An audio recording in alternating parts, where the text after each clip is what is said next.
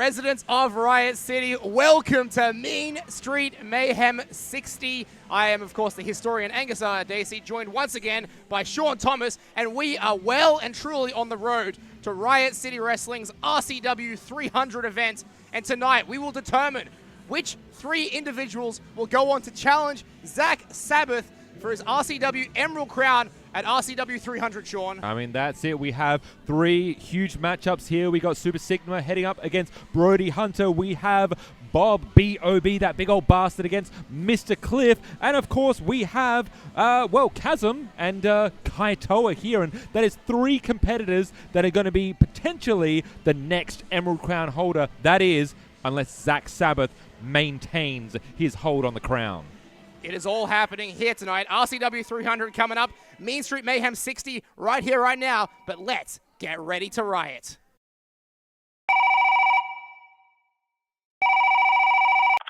Hello? Let's play a game. You know you're like the 10th guy to try this, right? It never works out for the d***head in the mask. Maybe, but you've never seen one like this before. Who are you?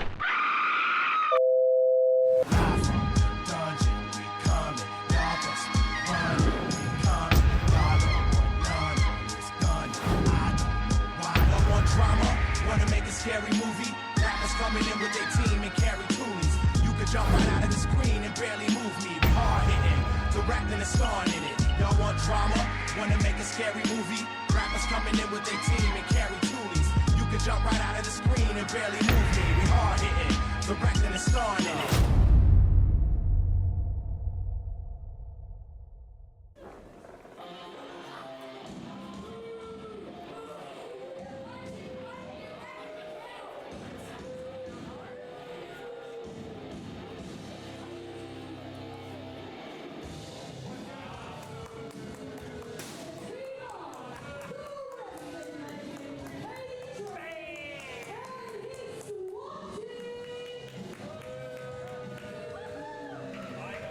I have to say, we have found ourselves at the scene of a crime here, Angus. The last time these 3 men, well, one was in the car, but these 3 men were in this building. They carried out malicious assault on a number of individuals here at the RCW Academy. Yeah, I saw the footage during the week. You can go check that out on the Riot City Wrestling social media. Katie Trey and his SWAT have made a turn to the dark side, and they've been acting out some revenge, perhaps, on some of the RCW rookies here in the Academy. But right now, Sean, I would like to joining us at the announce desk. It is the general manager himself. Oh. It is Big Brody Marshall here at Mean Street Mayhem 60. Welcome aboard. G'day, legends. How are you? Hardly got to move over the massive frame of the Brody Marshall to get in. Oh. Yep. How you doing, Sean? I'm doing great, my friend. I have a question for you, though. Yes. How do you feel about the, let's call it what it is, the police brutality that happened within this very RCW Academy here? Yeah, we'll be addressing that shortly. It was rather brutal. So when I say rather brutal, extremely brutal. So we've got some issues we need to address in management, so we'll be doing that. Love to hear it, and love to hear the ovation for the young team of Xavier Carter and the undeniable, the desirable Rocker Reed. Can I say, I cannot even believe that man, Xavier Samuel, is still walking at the moment. Last time he was here, he was thrown off the goddamn ledge. Xavier Carter, my apologies. Xavier Carter, one of the men who caught the ire of the SWAT team, who just feel like they can come into any building and just wreck up the place, Brody. Yeah, absolutely. So I know they're running a bit roughshod at the moment, but hey, look. We will see how this goes, and we'll slowly sort this out. Excellent. Love to hear it. Xavier Samuels was an Adelaide actor that acted in Twilight. I see. Just for context. Well, here we go. It is the first match of Mean Street Mayhem 60 kicking us off here on this Sunday afternoon. So we're looking at SWAT 1 or SWAT 2 here? Oh, this was SWAT 1, I believe. If my memory serves me Still correct. wildly unclear how you can figure that out. Yeah. I got an eye for these kind of things. It doesn't matter. Katie Trey starting by the looks. Yes. And Rocker Reed. Now, interestingly enough, these two have a little bit of history. Rocker Reed actually defeated Katie Trey back in Mount Gambier, just after Katie Trey had lost the RCW Championship a couple of years ago. So some unresolved tension right here. It's been an absolutely weird and wild journey that Katie Trey has gone on since losing the RCW heavyweight title. Listen to the crowd getting behind Rocco Reed. This is a good start already for the young man. This is exactly here what Main Street Mayhem is all about. We're giving a spotlight for people that haven't otherwise gotten a lot of opportunities in front of an RCW crowd. You have people like Xavier, like Rocco, who now have found themselves in a tag team with one another. I do believe the first time that they have tagged together in RCW. Yeah, that's absolutely correct. We're about to get things underway. Here we go.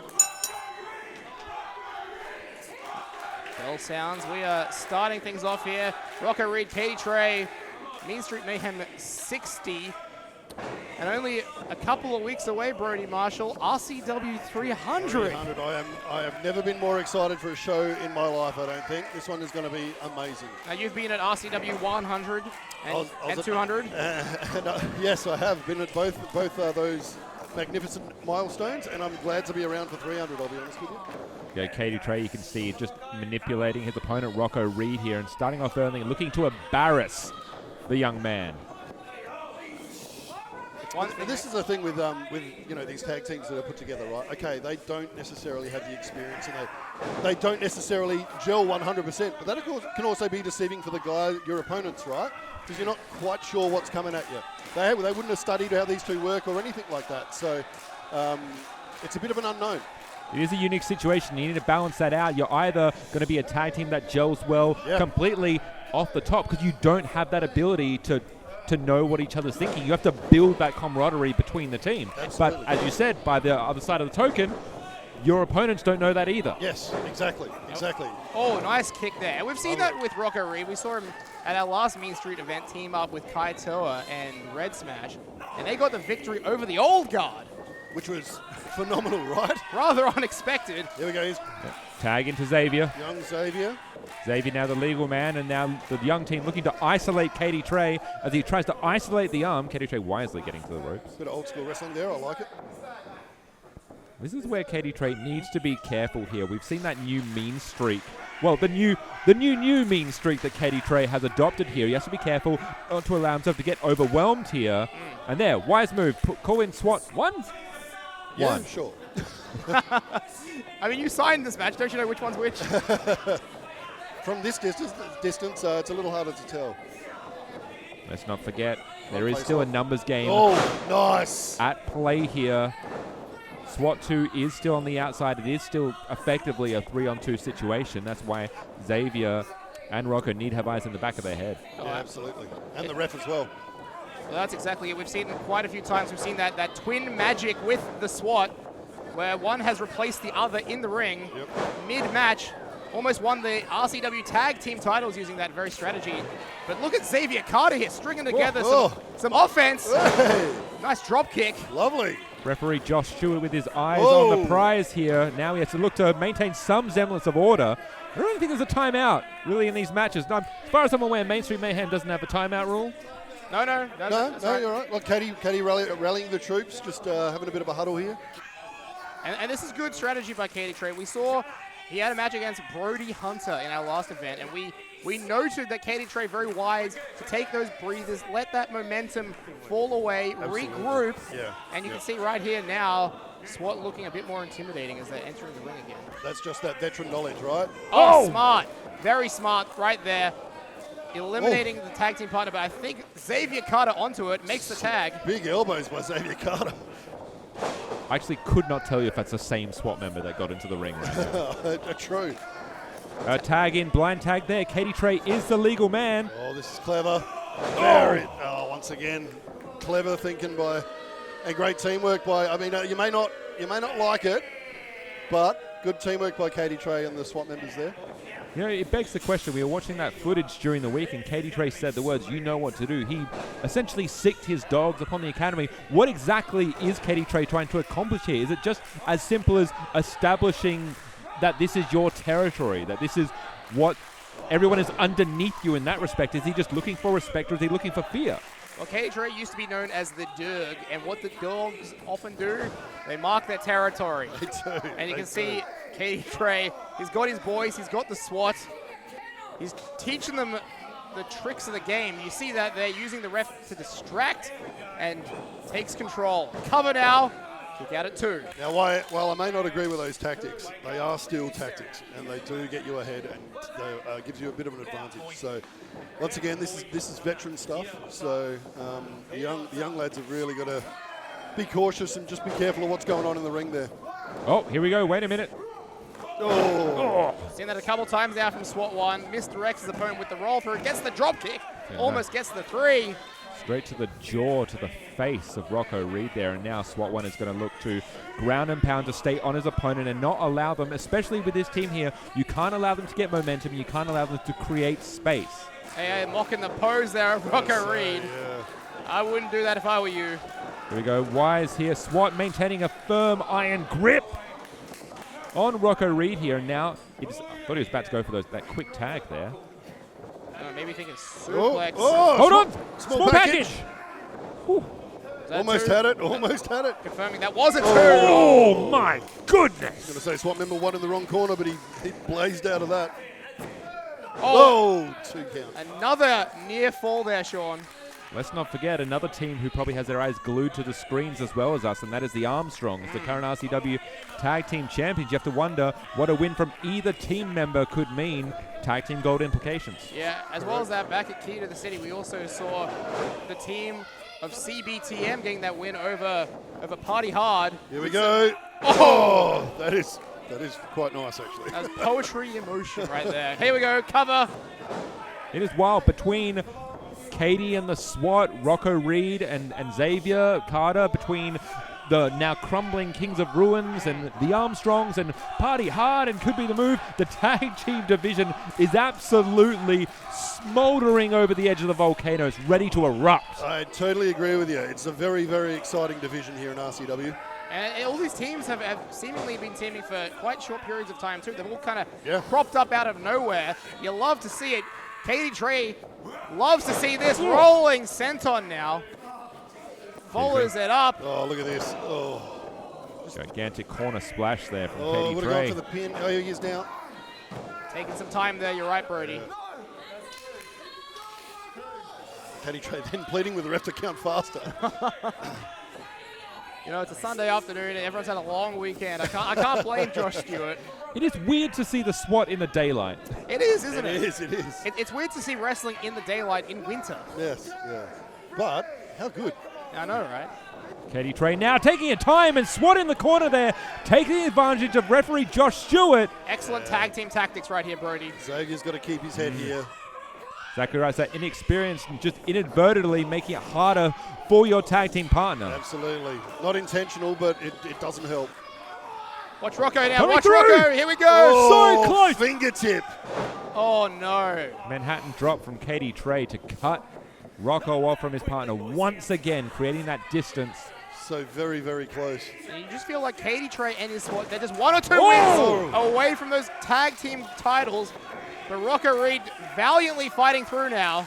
That's it, a suplex to the middle of the ring now. Both Katie Trey and Rocco Reed on the ground. The 10 count has begun. And Xavier Carter is feeling it. He's willing it from the corner. If Rocco Reed, if he can get the tag first. Rocco Reed throwing a punch into Katie. I think Xavier Carter is fresher. Hold on. Oh, Here we he's go. got it. Xavier Carter.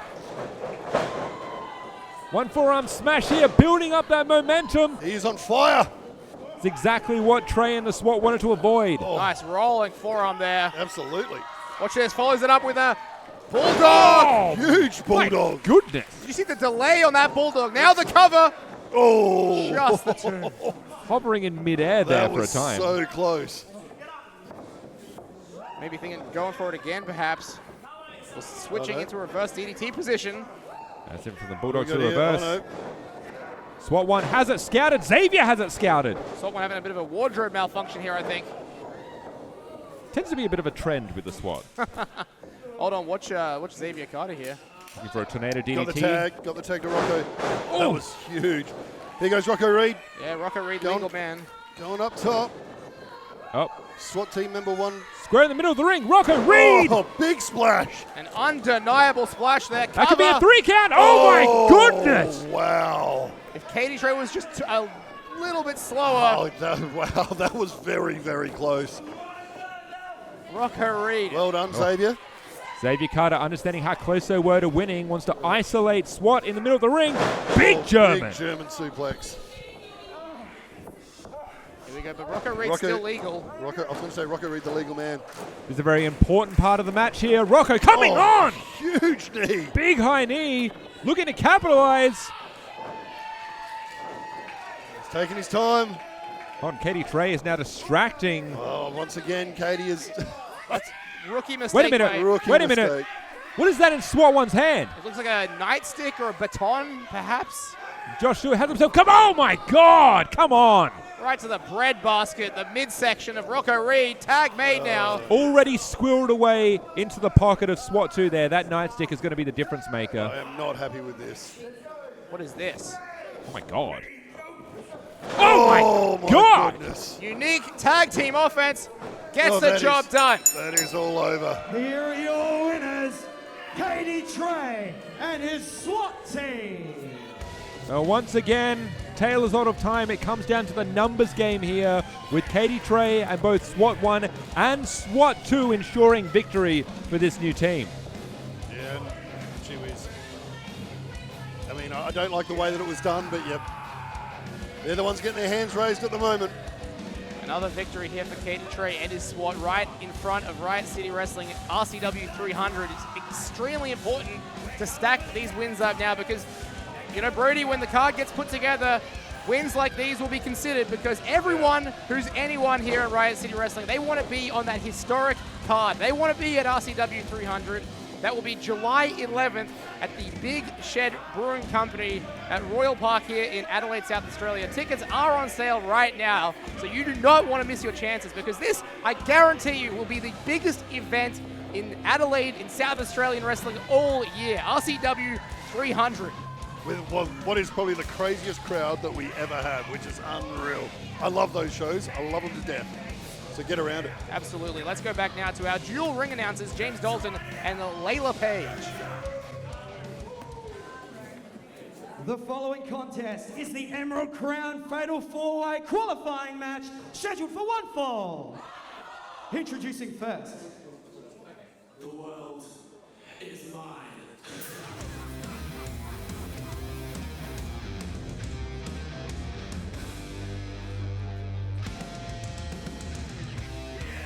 Making his way to the ring, he is the umbrella-yielding warrior, Chasm.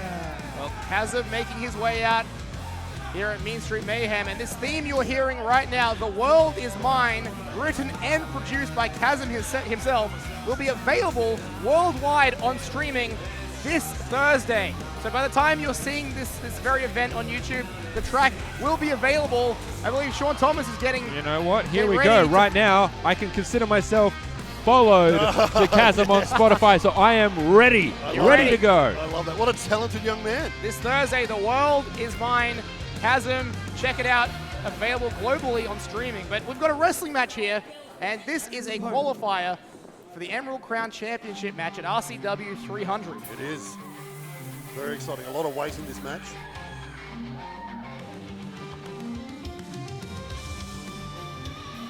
Weighing in at 83 kilos, Kai Toa. And we know Kai Toa early on this year and beyond, who was actually out for a little bit of time suffering from a rib injury, and he got to watch as his good friend Red Smash just recently came up just short for the Emerald Crown against Zak Sabbath, and now he has the opportunity to do the same thing himself. And I've just recently watched the tape back from Riot City Wrestling Key to the City, and boy, wasn't Kaitoa impressive in that match. He was doing things I have never seen before. The athleticism, the talent from this young man, Brody, he is going to go a long way. Yeah, absolutely. We've got a future Riot City Wrestling champion Wow. in the ring right now. And he is an absolute superstar. He's just getting better with every match, and we haven't seen the best of him. That's the exciting thing. It is, yeah. He's just continually growing, improving, adding more to his repertoire, more to his game. Yep. And every time he comes out for a match, I am stoked. I am excited because I don't know what I'm going to see. I don't think Kai Toa knows what we're going to see, really. The man is the most intuitive performer I think I've seen come through him in a long time. And just barely a man. Yes, absolutely. Has the entirety of his 20s ahead of him, Yeah, which absolutely. is a wild prospect. And listen to this crowd. They're behind him. Here we go here, and now we have Chasm up against Kaitoa. And I don't want to sell Chasm short either, because we've mentioned he's a very, very talented individual. Every time he comes out, he impresses me here. And I love watching what Chasm does. I love watching what Kaitoa does. Wow. Wow. I mean, the thing about Chasm as well is he understands how to out-weird somebody, and that does have a psychological impact, whether he means to or not. Yeah. That is definitely what he ensures. Yep. You know, like you look at Corvidae, he out-weirds people. May not be the best wrestler you've ever seen, but his weirdness sort of throws you off.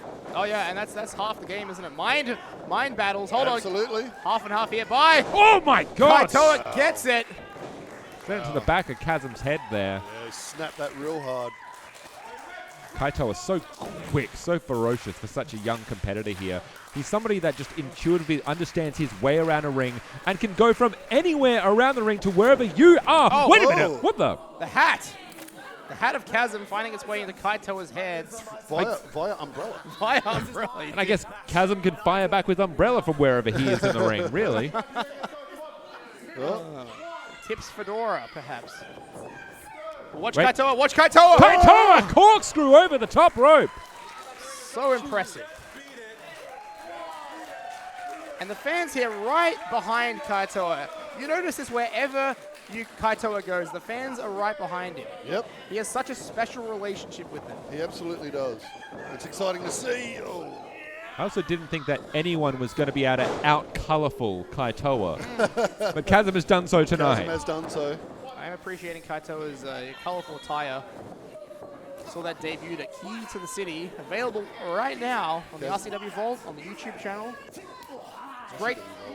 It's a great time to go back and watch all of our old shows. We've got RCW 200s on there as well. You can see Big Brady Marshall in his prime. You can get prepared for RCW 300. It was a bloody long time ago.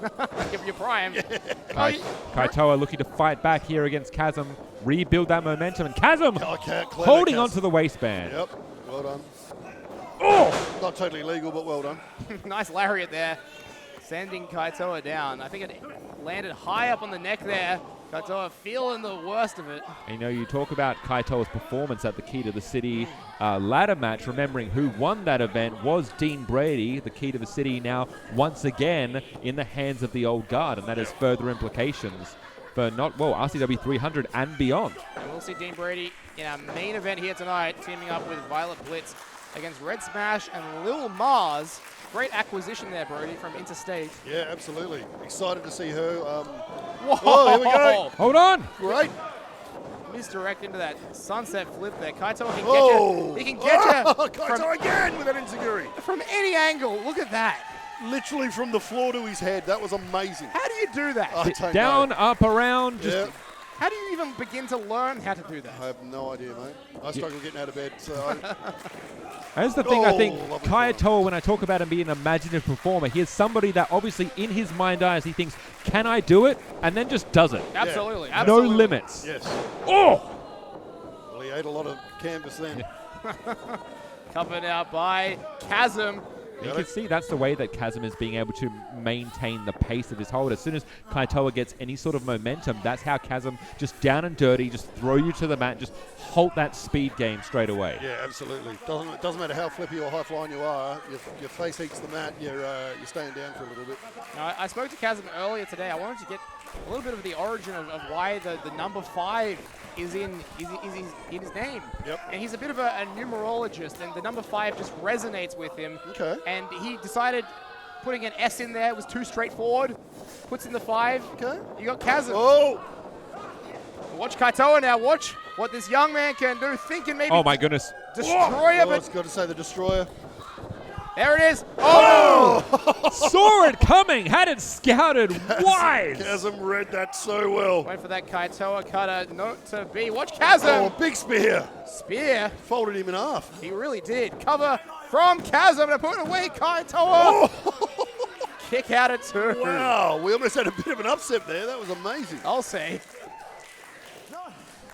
You know, it's worth noting as well, you talk about 5 being the lucky number for Chasm. This is Chasm's 5th singles match here in RCW. Could this be the one? It's all a sign, surely. Numerology aside, Chasm will have to put Kaitoa away if he wants his first singles victory here in Riot City Wrestling. Kaitoa, though. Spinning heel kick there.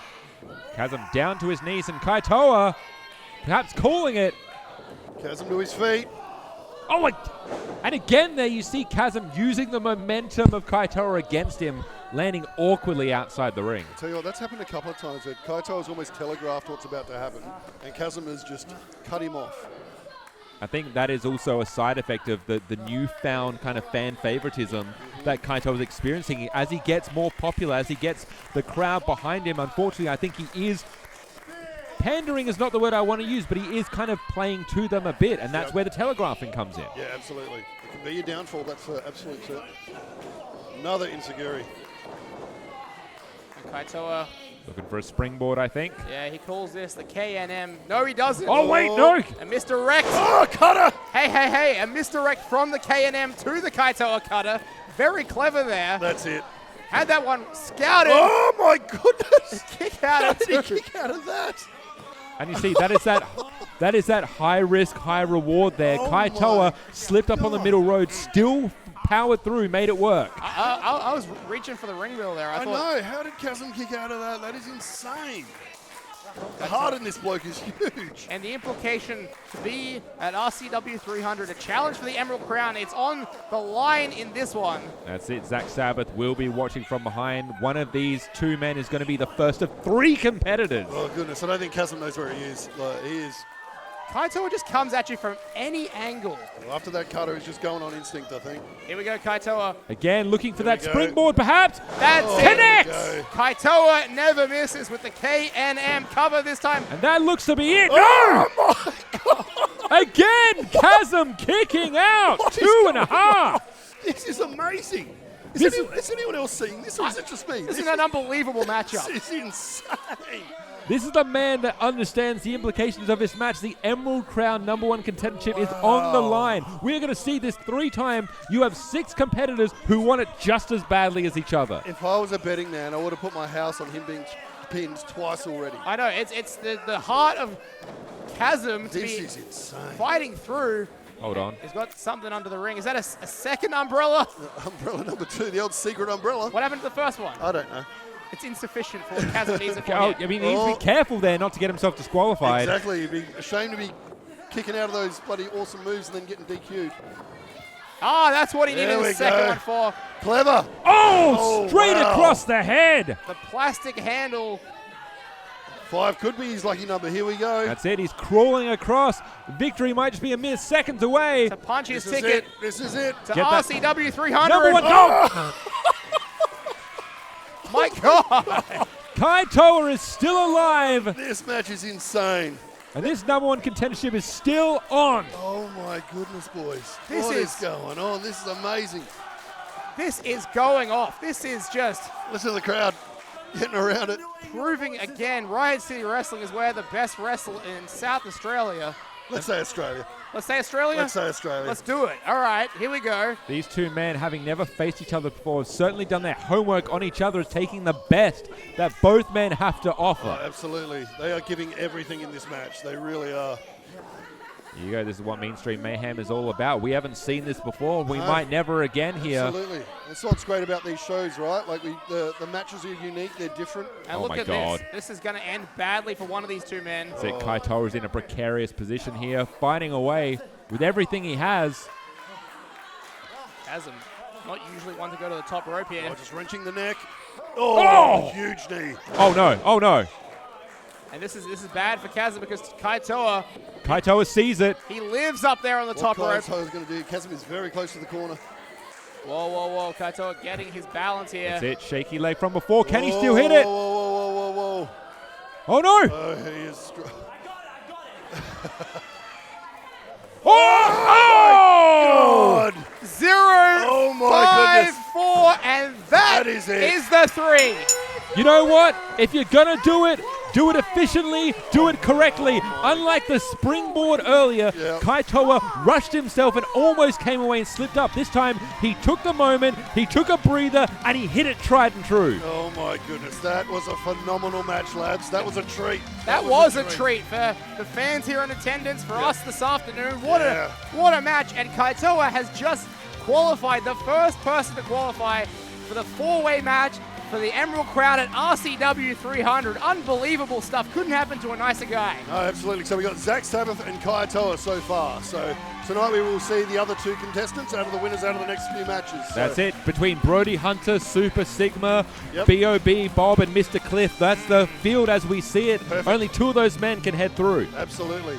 And it really goes to show the Emerald Crown, one of the most prestigious championships in all of Australian wrestling.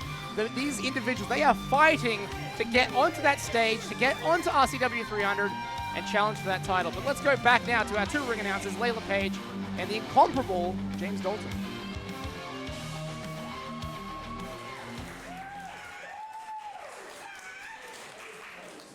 The following contest is an Emerald Crown Fatal 4-Way qualifying match scheduled for one fall.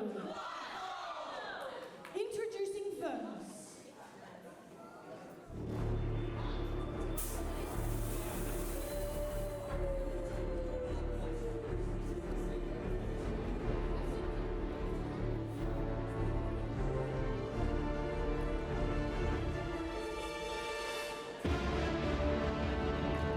Standing in at 6'8", weighing in at 120 kilograms. He is the self-proclaimed hero that RCW needs but doesn't deserve. Super Sigma! Super Sigma has had a laser focus upon the Emerald Crown ever since he burst upon the scene again for the C4 last year, and since then he has been an absolute dangerous competitor, coming up short a couple of times. Now he's already got another opportunity. Yeah, he is a dangerous man, full stop. I've had the pleasure of being in the ring with him, and he is a very, very violent man, although... Here we go. Putting Layla Page to work here, acting as a wind machine. Telling you to hurry up, as he's doing a bit lackluster for his liking. Well, Sigma's had quite a few bites at that Emerald Crown cherry, but if there was ever anyone to be in a position to qualify, you would think it would be Sigma. He's really not happy with Layla Page.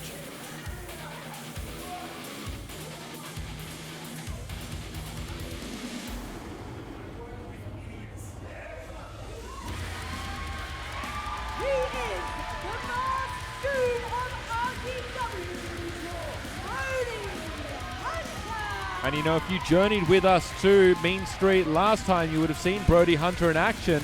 And now the man has a perfect opportunity to take it to the next level, earn himself a spot onto RCW 300. What an opportunity. Yeah. You have to go through this man first, though. Yeah. So look, it's a big ask. I like this young kid, though. He's new to the scene, and he's performing very, very well. So, hey, look, you know, once again, this will be an upset if he wins, I do believe. But in saying that, you know, who knows what can happen? It's anyone's game.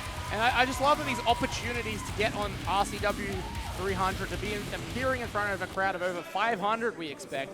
I love that these opportunities are coming up at Mean Street Mayhem. Absolutely.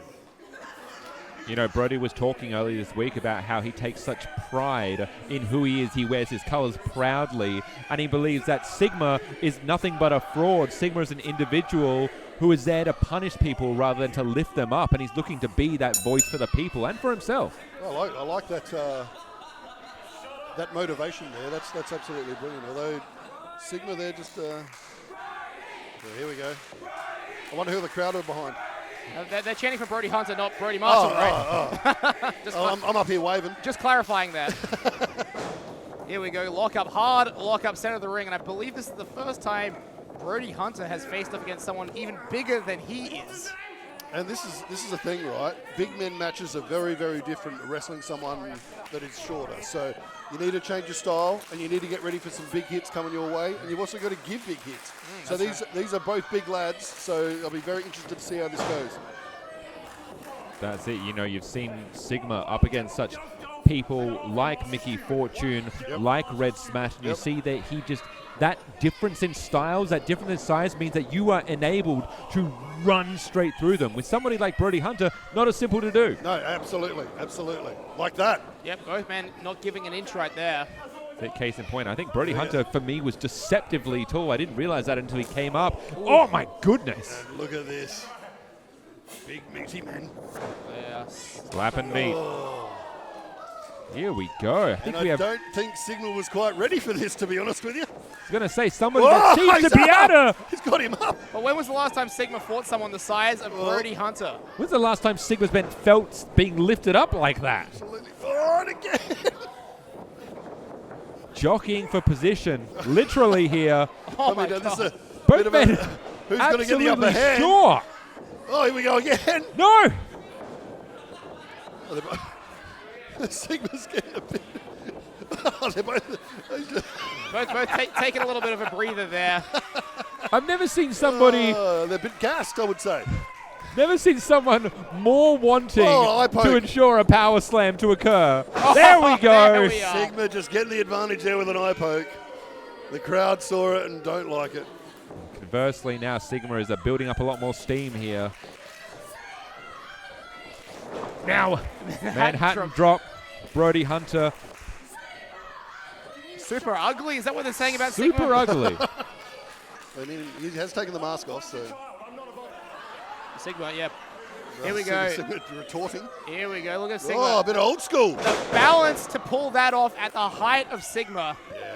Always impressive. You know, Sigma's been around for a long time. He's a well-established wrestler. He knows what he's doing. And he's a dangerous, dangerous, dangerous man. Well, I remember Sigma, one of the cornerstones of RCW 200.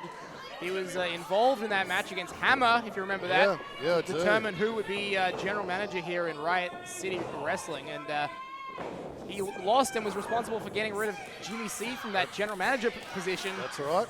You can check that out on the Vault.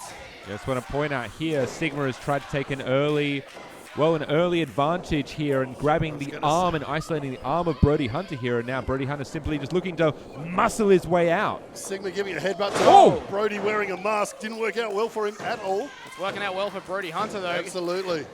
Gets that kick in. Getting the crowd fired up. Hold on. Nice. Cutting Sigma off here. Again. Some well-placed haymakers of his own. And now going for that power slam. Snake eyes. Snake eyes. I love it. I love it. How's he going to follow up, though? Let's go, Brody. Brody has to follow up. Oh, huge knee. Sigma just to his feet.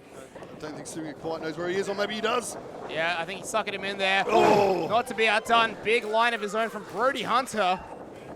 And notice here the limp and the kind of the deflation that Brody Hunter is already showing here. You can see just the amount of what those hits from Super Sigma are doing to Brody already. Every single clothesline, every attack, every boot is wearing down Hunter. Yeah, absolutely. And even just like the pin then was he's had the stuff knocked out of him, so it's fair enough. But pin was pretty wide on. Honestly, that was a poke to the eyes there just from Sigma. Sigma rallying up here, stringing together some offense. Nice. A bit of John Cena. What's going on? Is this what we're doing now? Yes, he is. Sigma taking his time, though. Super Sigma taking everyone's hero. Oh. Having a bit of inspiration. He is. I like it. Oh, my God. This is the biggest. This is a John Cena tribute act I'm seeing right in front of my eyes. Oh! And Brody having none of it. Brody Hunter says no. Using the ring as a weapon. I like it. See, they're still holding onto that shoulder, Brody Hunter is. And now the big man looking to go to the top here. Brody going top rope. I love this. The big man is up there. Don't think I've seen this before from Brody Hunter. What has he got in store? Hold on. Oh, nice. Sigma moves out of the way. He rolled through, though. Now caught by Sigma. There it is. Oh, F-U. Fireman's carry slam. Could this be enough? Oh, no. Good kick out. Well done, Brody. Trying to think of a superhero-related version of the FU, and I'm coming up with nothing. Well, I guess firemen are a superhero in their own way, right? The crowd once again behind Brody. And remembering as well, this is again for a spot to go for number 1 contendership for the Emerald Crown. We already have both Kaitoa and Zak Sabbath in the fray. One of these two men are going to be joining that match and punching their ticket to the 300th show for Riot City Wrestling. Absolutely, what an opportunity. And to be wrestling in front of that 300 crowd is going to be amazing. Oh my God. Surely not. This is insane. Oh, That would have been chop on the top. quite the way to punch your ticket. What do we got? We got a superplex coming up here? Yeah, I think Both so. these men, these mammoth men. This is going to put them. This could push the On ring the down. third rope. No! Oh my no! God. Pin him! Come on, Brody! Thunderous superplex. Brody Hunter muscled Super Sigma over halfway across the ring. Brody going for a choke slam. Yeah. Watch this. We've seen him try this one before. Sigma wearing it. He can still suffering from that. Here we go. Going for it again here. Second time's a charm. He's got it. Oh, pin him. Come on, Brody. This could be it. This is it. Quickly into He's the just gotta cover. get on him. Just wrapping himself over here. Oh, that is veteran stuff. Just getting your foot to the ropes. And that's it. That is unfortunately the price that Brody Hunter pays for what I have to say is a little bit of a lackluster pin. He had only had enough strength there to drape over the shoulder. That left Sigma didn't even have to kick out. Absolutely. And look, you know, that's distracting the ref, low blow. The referee did not see that. Low blow there from Super Sigma. Now, hold on. Here we go into the razor's edge. Oh my goodness. No. Oh, wow. That is it. Bring it through Crucifix with powerbomb. authority. Yeah, there's no getting up from Here that, is lads. your winner, and now qualified for the Emerald Crown Fatal 4-Way, Super Sigma. Once again, Super Sigma puts himself front and center. He is on the front page now, and he has punched his ticket to RCW 300 to once again vie for the Emerald Crown. Absolutely. So we have Kaitoa, we have Zak Sabbath, and we have Super Sigma going through. We need one more for the Fatal 4-Way at RCW 300. And it's either going to be the bitter old bastard Bob or Mr. Cliff. Why did you laugh there? Mr. Cliff. We've seen Mr. Cliff. We know the issues he's been having recently with the old guard. We basically saw him cost Mac Grim Basso the key to the city ladder match last month. So very, very intrigued. So much action here. So much more to come. Let's go back to James Dalton and Leela Page for our next match.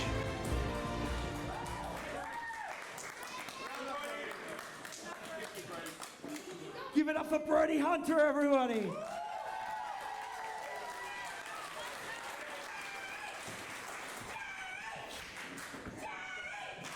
The following contest is the Emerald Crown Fatal 4-Way qualifying match scheduled for one fall.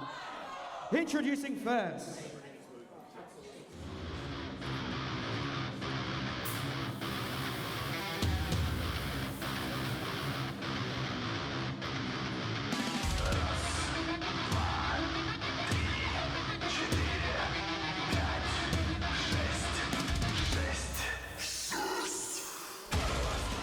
making his way to the ring, weighing in at 100 kilograms, the bitter old bastard, Marz. You know, something has occurred to me here that Bob may not just be looking forward to this match now to get a chance at the Emerald Crown. I think he's looking forward to it to get another chance, another crack at Kaitoa. Well, fate has dealt a interesting hand here to the bitter old bastard Bob, because his former protege, former tag team partner Kaitoa qualifying a couple matches ago. Yep.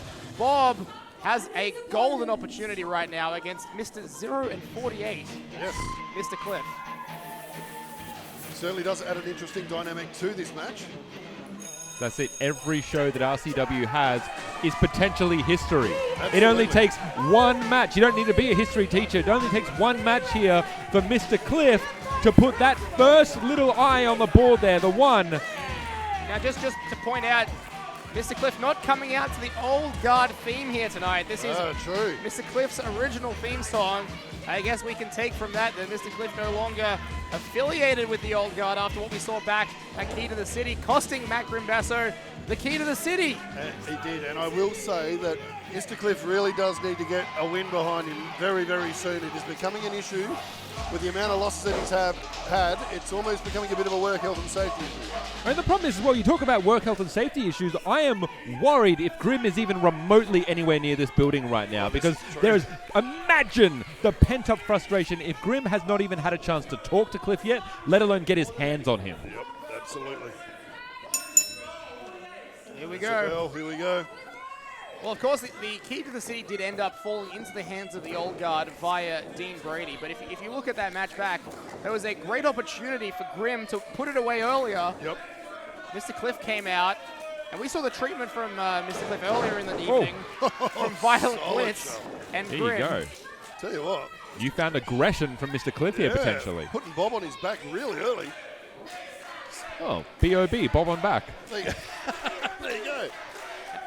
And the fans are happy to see Mr. Cliff finally standing up for himself after months of being downtrodden by the old guard, disrespected by the old guard, finally forging his own path here in Riot City Wrestling. It could be moving towards the Emerald Crown. Well, it's kind of interesting for both these men. Bob, I never saw as much of a team guy, a team player. His association in the Enterprise never completely made sense. And on the same point, nothing makes sense less than Mr. Cliff in the old guard. It never quite clicked.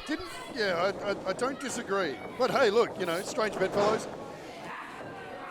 Both these men now able to strike out on their own and forge a new path for themselves. And, well, what better way to do it than to put some gold around your waist? Absolutely. And, I know Cliff hasn't won a match yet, but he's got some really strong technical ability. So he's fundamentally a good wrestler. He just needs to string some stuff together to get a win. Well, this is exactly what I've been saying to Angus for the past few months here. I call it a conspiracy theory. For me, Mr. Cliff has just got the worst luck in the world. The man knows how to wrestle. He knows how to fight. He definitely does. He definitely does. You're seeing excellent fundamentals right here. But I know Chris Basso, the engineer, said that he can make anyone into a killer. He can make anyone into a fighter in the old guard. But maybe they bit off more than they could chew with Mr. Cliff. Time will tell. That's it, having the opportunity here. Oh, my goodness. Up and over. Mr. Cliff straight over and almost standing Bob there. Yeah. Great sunset flip there. And now sends Bob to the outside. Both Mr. Cliff and the bitter old bastard are bigger men, and yet they move just absolutely eloquently. Yeah, absolutely. Absolutely. Pure athletes. I don't know if you can move eloquently, but that's the word I've gone with. Yeah, my brain made the connection. I know what you're saying. Yeah, I got it. Bob's showing a bit of frustration here. Mr. Cliff back with the tension slips in his hand. Oh. I know that was discouraged when he was with the old guard, those detention slips. That is just pure frustration coming out in Bob's fists and elbows there. Here you go. Now Bob is completely in his element here on the outside, just able to brutalize and brawl with your opponent. Yep. Rolls him back in. Oh, Bob giving it to the crowd. You get detention. That is the thing about the bitter old bastard. And Angus, you got to discover this firsthand. The man is a bitter old bastard. He doesn't suffer any fools. He is there to wrestle, he's there to work, and he's there to beat you down. Absolutely. And he's an absolute veteran as well. The bloke has been around for a very, very long time in the wrestling scene here in South Australia.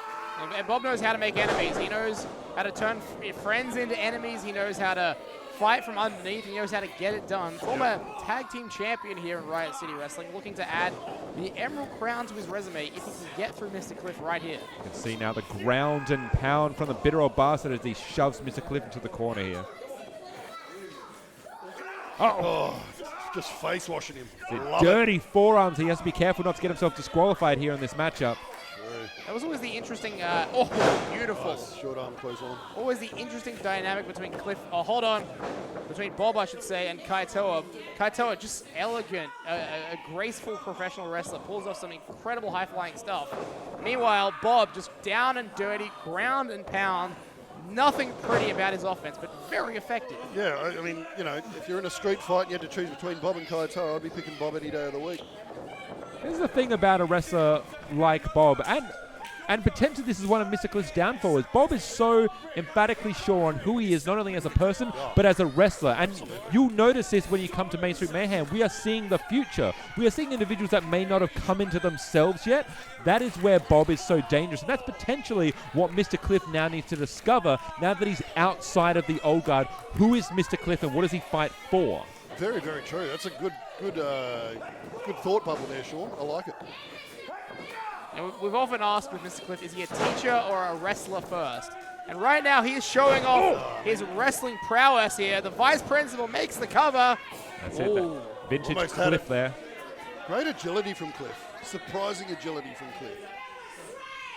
If Mr. Cliff comes away with a victory, not only does he put a win on the board, he is one step away from championship gold, Mr. Cliff. So he could go one win and then gold. He could. Yes. That's all it takes in RCW. That's a good story. But also, wouldn't it be a great way to shove it to the old guard to prove that without them, he can get the job done? Yeah, absolutely. In a singles match, one-on-one, no help from the old guard. Unfortunately being suckered into the corner there again by Bob, and that's unfortunately a bit of a tale here. Bob is able to sucker his opponent into a false sense of security and then just absolutely mauling them. Cliff ate those turnbuckles, the whole ring. Oh, what a stalling back suplex. That was amazing. Or just normal suplex, let's call it that. German suplex there in the middle of the ring, and Mr. Cliff coming up with the shoulder once again. Bob showing a bit of frustration there. Yeah, Bob is getting closer and closer to putting this one away. Yep, That's it. It's wearing down your opponent. absolutely. Becomes a battle of attrition at this point the longer this match goes. Looking away on that neck there of Mr. Cliff. Targeting, finding his area. Cliff trying to bring the crowd into this, get himself pumped up a little bit. It's what we saw earlier with Sigma and Brody Hunter. It became that battle on attrition, and the longer that match went, the more it favored Sigma. Yeah. Brody Hunter has not yet established that ability to go for long stretches of time in the way that Sigma can simply barrel through, much like Mr. Cliff does right now. Absolutely. Great crossbody from the vice principal, buying some time here. And that's where experience talks so loudly in these matches.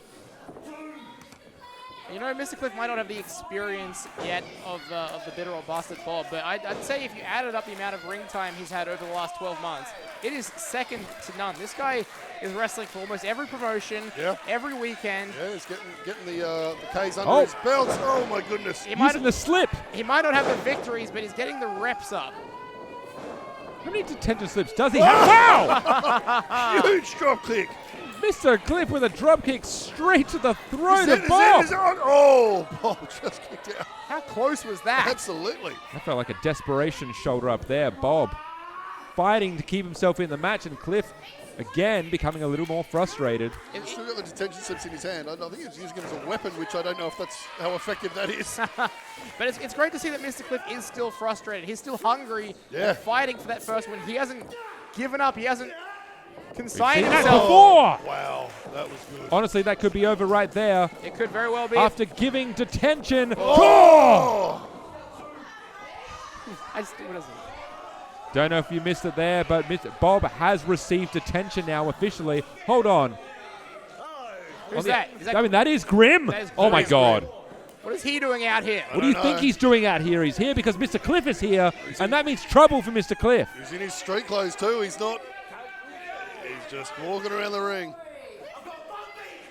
Mr. Cliff has to be very, very careful here, because I can tell you what, the one thing Grim does not care about is this match. And Cliff's got to watch out for Bob here. no, surely not. Bob with a roll-up. Very close, very close. You notice Grim didn't have to do anything. He's just getting ahead of Mr. Cliff by being out here. That's it, like a hyena just stalking around the back there. You say 1 and 48.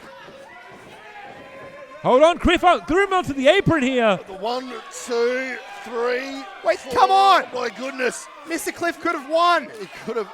That was the 1 in 48 right there. Legitimately, Mr. Cliff knows it. Look at him. I don't think Bob would have kicked out, guys. Bob still is lifeless. I think Cliff would have won this one right here, right now. I don't disagree with you. Cliff knows it, and Grim absolutely knows it. That's exactly why he is here. And now Grim, what is he doing entering the ring? I suppose all is fair. I feel that Grim thinks that Cliff cost him a match, so... The problem is, if Grim attacks Cliff right now, that puts Cliff into the match at 300. Yeah. You got a bit of a standoff here. Yeah, if Grim interferes, that's a victory by DQ for Mr. Cliff. If he attacks Mr. Cliff... This is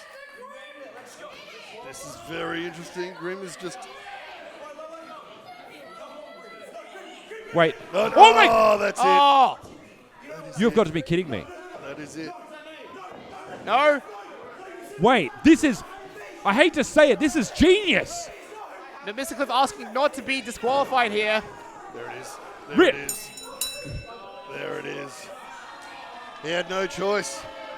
Grim just found a way to ensure he didn't need to touch Mr. Cliff, ensure the losing. Yeah. Oh my God. Look at Grim. He knew exactly what he was doing. I think it's making it official here. Mr. Cliff has been disqualified from this match, and therefore your winner by disqualification and advancing to the Fatal 4-Way Emerald Crown Championship match, the bitter old bastard, Bob! No! Okay. Grim is just doing whatever it takes to deprive Mr. Cliff of his first win at this stage. That was uncalled for. Absolutely. Mr. Cliff. Oh, just throwing the detention slips. Mr. Cliff is still not out of the danger zone just yet. Mr. Cliff is fired up. Don't forget the world-class Wait a minute, is that Chris Basso, the engineer, the RCW champion? Thing that you needed to do, and you botched it again. Jesus Christ. Oh my God! Spider boot! And the Basso brothers just laying waste here Old eye to patch Mr. Basso. Cliff.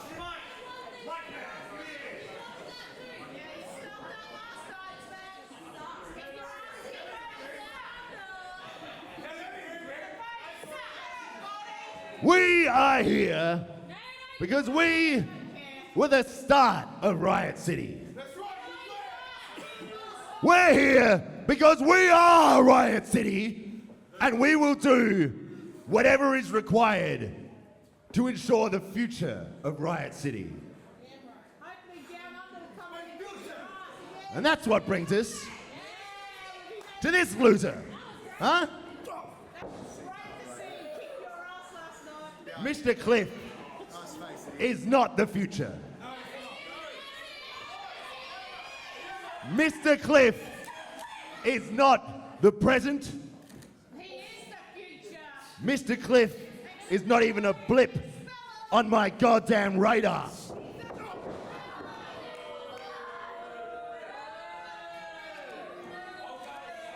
You hearing me, dickhead?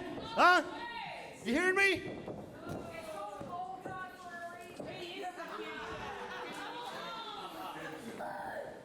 Huh? Cliff, listen. Letting you into the old guard was the biggest mistake of my wrestling career, right? Huh? Now, I finally get to fix that mistake. It's at 300. We finally get it. The match of a lifetime. Clash of the Titans. Mr. Cliff, 0 wins and 49 losses.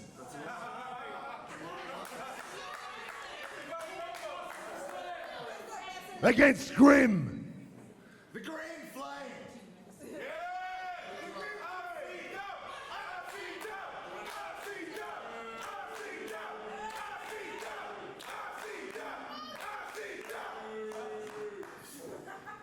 And Cliffy boy, we talked to our corporate majesty up there, Mr. Brody Marshall,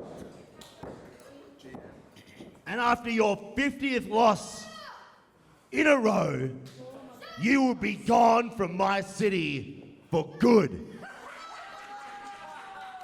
If you haven't got problems, I can find you. This is the match that you agreed to? Wait, guys! That music! Is he back?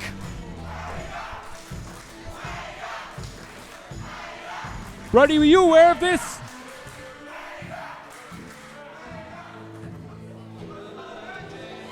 Matt Hayter is here! The heart and soul is back in Riot City! Back in Riot City! The suspension has been lifted! It has. And Matt Hayter is back here at Mean Street Mayhem.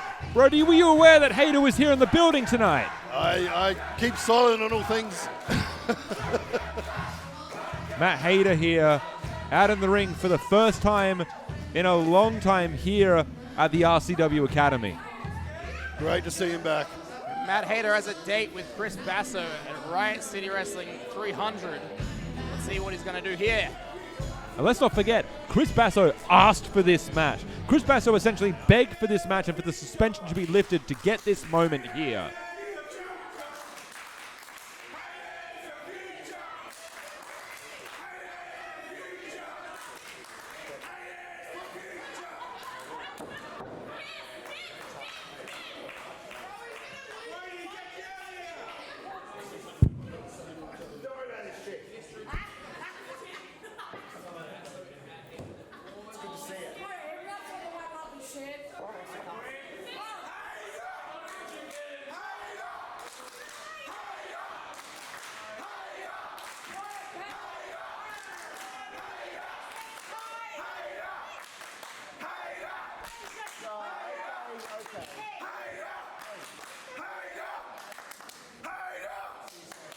He's the future. I feel pretty quick there.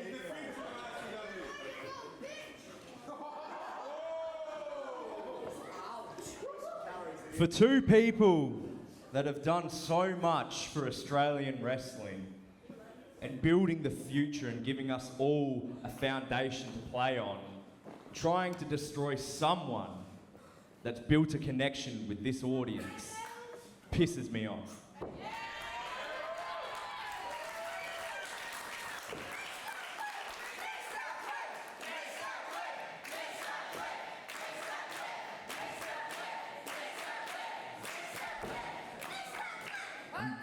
I'm going to drop a bit of the gospel on you right now, Cliff. A lot of people in the back don't believe in you. The old guard never believed in you. You've never won a match. You don't know what victory tastes like. But everyone here does.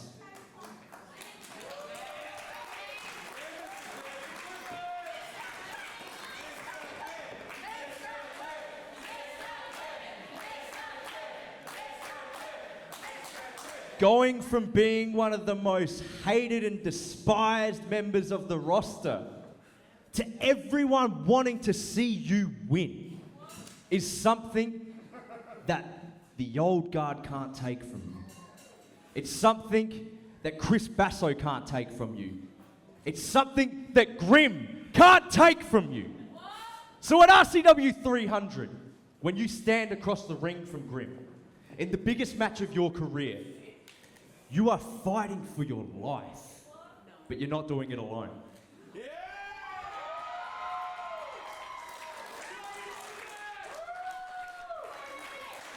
There's nothing I love more than watching a Basso get their asses handed to them.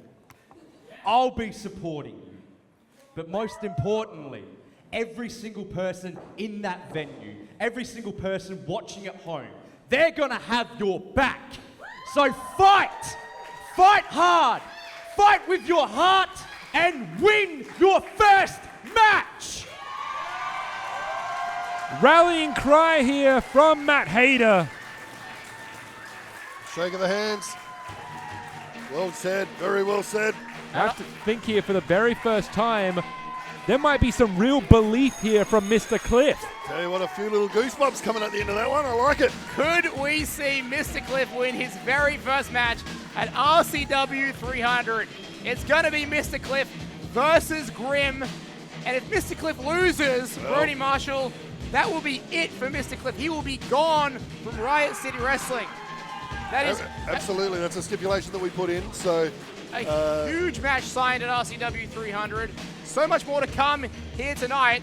We're about to head for a short intermission. We'll see you on the other side.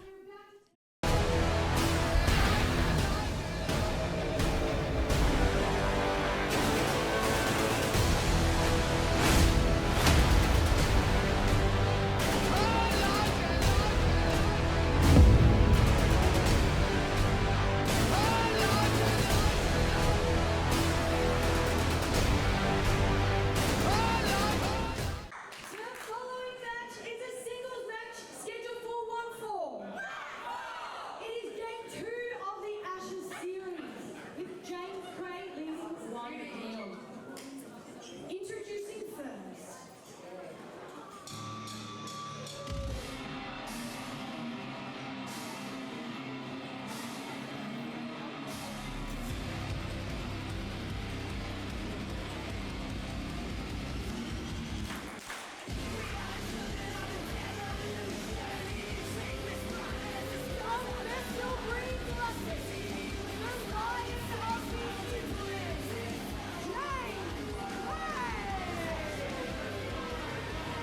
are back here for the second half of Mean Street Mayhem 60. We are kicking off with the second match in the Ashes, and we are joined by Carmine Laguzio. Thank you for having me back, fellas. Pleasure to be here, here on the Mean Streets. I love it. You know, he's car yours, he's car ours, but for now he's car mine. Oh, very nice. Oh, thank you.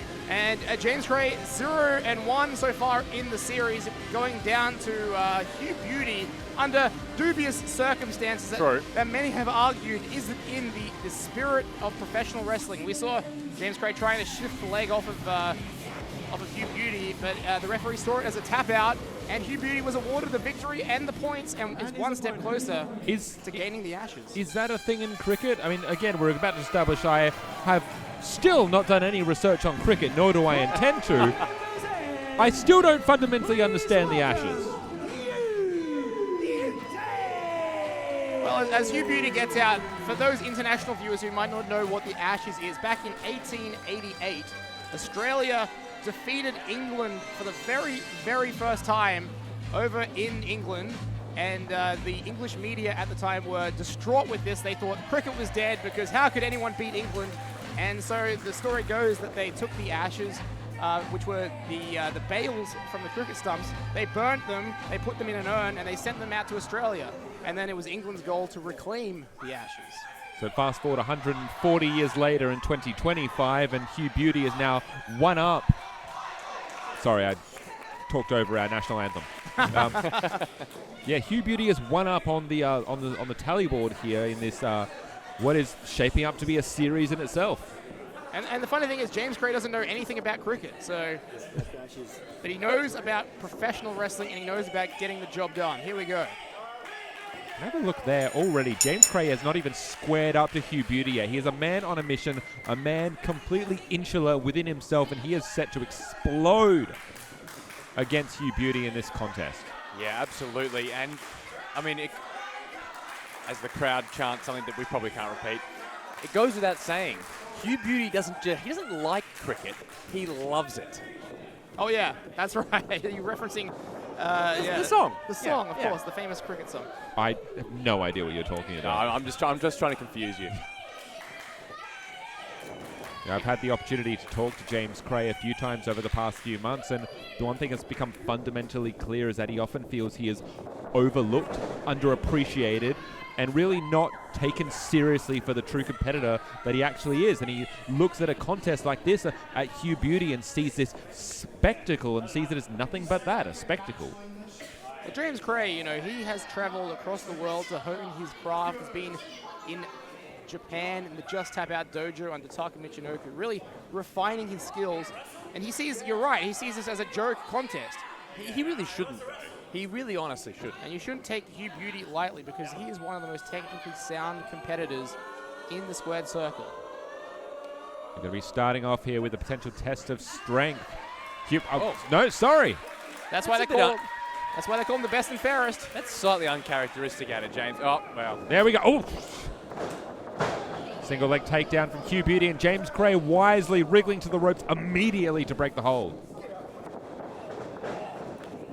Coming forth, and now it's that smash mouth style.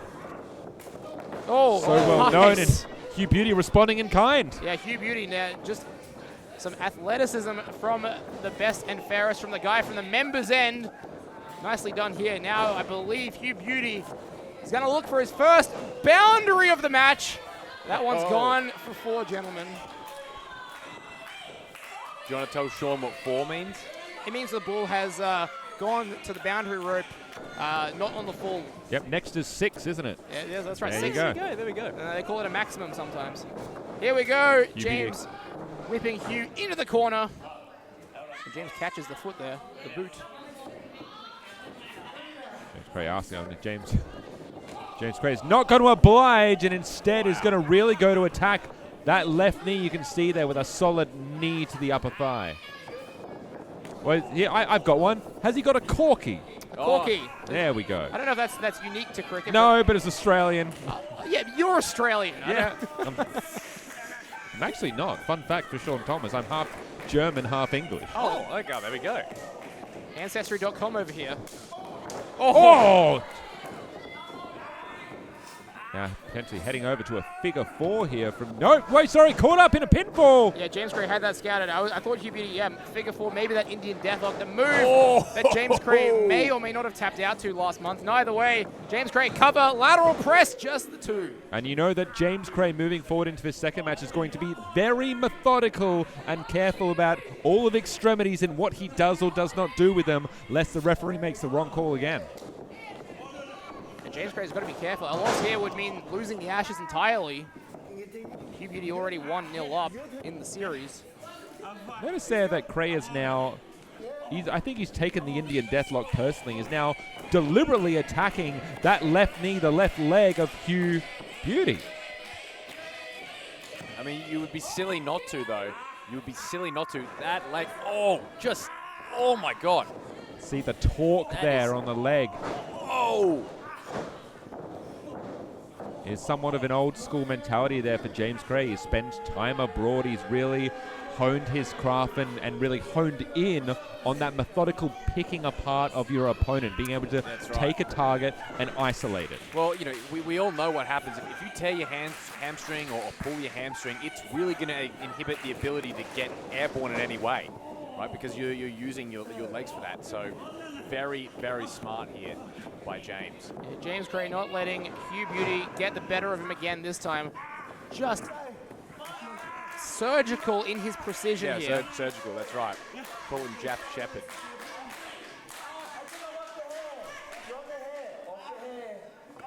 And the importance of this match not lost. Oh, open palm strikes. You see Gray saying exactly that. They're not closed strikes there, they are open palm. Hugh Beauty firing back with a few of his own. That's decidedly closed-fisted strikes there from Hugh Beauty. I don't think Josh Stewart is going to discern between the two. Right now, Inzaguri. That's got to take it out of it. Yeah, it has. Now Hugh Beauty, this is crucial time. Whether he goes on the attack or he simply takes the time to recuperate, make sure that left leg is in working condition. Well, we know he likes to find that line and length when his opponent's in the corner like this. Going for it there now. We go. Oh, no. Made the wrong decision there. Just crumpling like a heap there, really favoring that leg. Not a good sign for Hugh Beauty because James Gray, he's going to go, right on the attack here. That's it. James Gray spotted it from a mile away, and he is now absolutely going to go into the attack there, almost like a modified Texas cloverleaf. Yeah, putting all that pressure on the injured knee there of Hugh Beauty. And this is very important to notice. Usually with a conventional Texas cloverleaf, you're going to get both your arms through, use your arms to talk that through. He's simply using his left leg to do the talking for him. Putting as much pressure as possible there on Hugh Beauty, who's got to get to the ropes if he's got any chance of staying in this one. Center of the ring, and now we might be looking at the second submission finish in this series. Hold up. Oh, Hugh's got out of it. Certainly has here. Wait a second, is he going for one of his own? He's going for that Indian Deathlock again. This is the move that James Gray was called for tapping out on. You'd say Gray very much holding his hands up. Yeah, he doesn't want to fall for it again. He doesn't want to be seen as tapping out yet again. Oh, where we go. Wrenching away, and that's going to come into effect here. Immediately, Hugh Laurie wants to release the hold. Hugh Laurie? Hugh Beauty. Hugh Laurie, former of House MD fame. We had Xavier Samuels earlier tonight. Hugh Laurie I've got movies on the brain today. James Gray letting that one go as Hugh Beauty makes it to the ropes. Both these men are extremely technical with their approach in this series. Hey, Carmine. Yeah, it is a little bit uncharacteristic from Hugh Beauty, but a welcome surprise, actually, to see him thinking. That's it. It's understanding your opponent. It's understanding what it's going to take. Exactly right. Like, he's thinking like James because, you know, someone like James is very methodical in his approach to pro wrestling, to his approach in general. Hugh Beauty has to be careful though, because if we're looking at this as a series, as they're slugging away with each other. Case in point, that does not just have ramifications for this match. If we head into match 3, what if Hugh Beauty is still not at 100%? Spot on. Watch James Gray here. Fireman's carry position for Hugh Beauty. Trying to fight out of it. And he does, but James Gray perching Hugh Beauty up on the top rope there. So the thing is, Hugh Beauty valiantly fights on and fights away. You need to really calculate how worth it is it. The longer you fight through, or do you simply recuperate, take the loss, and come back for the third match? Well, the pressure in that third encounter, any wrong move and it's all over. Same with right now. James Craig potentially looking for that superplex. Or maybe something else from up here. Yeah. Hugh Beauty fighting off a well-placed headbutt, sending James Craig careening to the floor. There's a moment once again to recuperate, get himself, start from fresh. Yeah, but with that worn-out knee, is he going to be able to make any kind of attempt, from up here? Saw that. He switched legs just then, going from the left to the right. He couldn't put all that effort onto the left.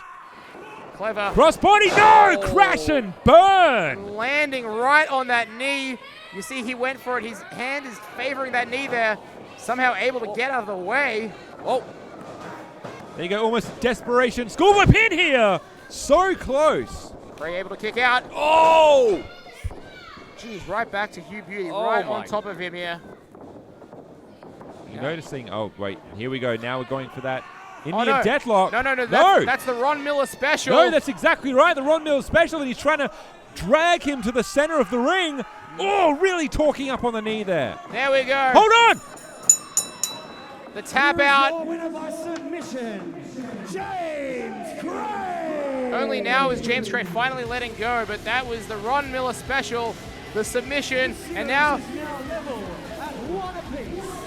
As James Dalton says, we are at 1 win apiece, gentlemen. I want to notice there, and I want to actually commend Hugh Beauty for how quickly he tapped out there. That is somebody that understands that pride is one thing, but conserving yourself for longer in the series is what's most important right now. The damage that could have been done could have been permanent. I mean, it could be even permanent even now. So, yeah, you're right. Very smart to do that. Going into the third match, this is going to be an incredible match, I think. I think these two now know each other very, very well. Well, the stakes are as high as they could be. We hoped it would go to that just as, fans of wrestling. Yep. The more wrestling, the better. But I'm sure James Craig and Hugh Beauty now having to think, how are we going to go about this one? Yeah, but for tonight at least, that is redemption for James Craig as he rights the wrong that he believes from the past and looks forward to the next match in this series. As we look forward to RCW 300, we're going to look forward to James Dalton and our next match here tonight.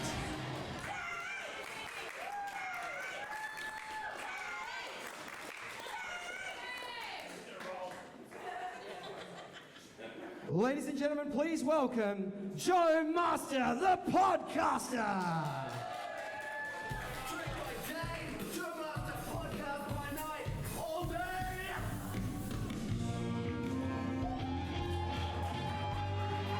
Well, Joe Master returning to Mean Street Mayhem.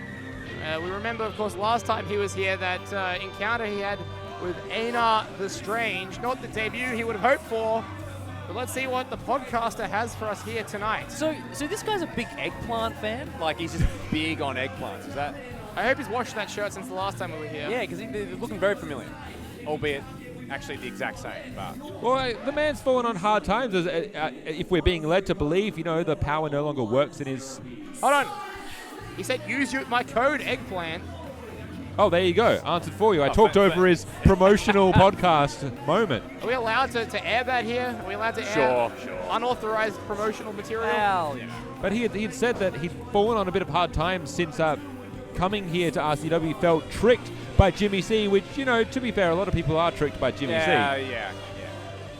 He ain't the first, he ain't the last. I think he just needs to question whether, as a podcaster, he should be anywhere near wrestling. Yeah.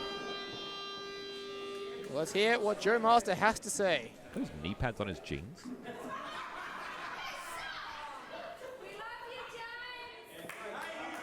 You love James? That stupid jacket. Get out of here.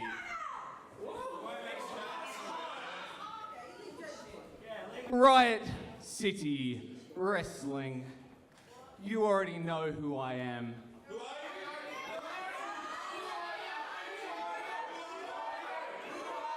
In case you've been living under a rock, I am a celebrity. I am a sought-after personality. I am the world's greatest podcaster, Joe Master. Oh, yeah, you love it. Let me let you in on a little secret, okay? I've never performed in the same place twice. What are you doing here then? I don't have to. I show up, I sell out, and I never come back because Joe Master is a once-in-a-lifetime performance. New York, once. London, once. Dubai, Sydney, Tokyo, once. So why am I back at the Riot City Academy? All right, hang on. I'll get there because this is also the site of a once-in-a-lifetime opportunity because this is the only place where I have ever...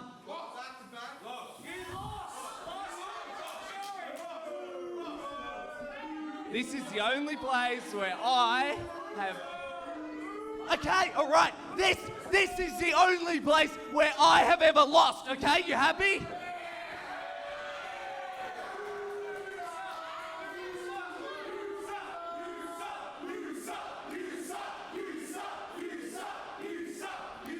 So I'm here tonight to make things right because last time they gave me Aina the Strange.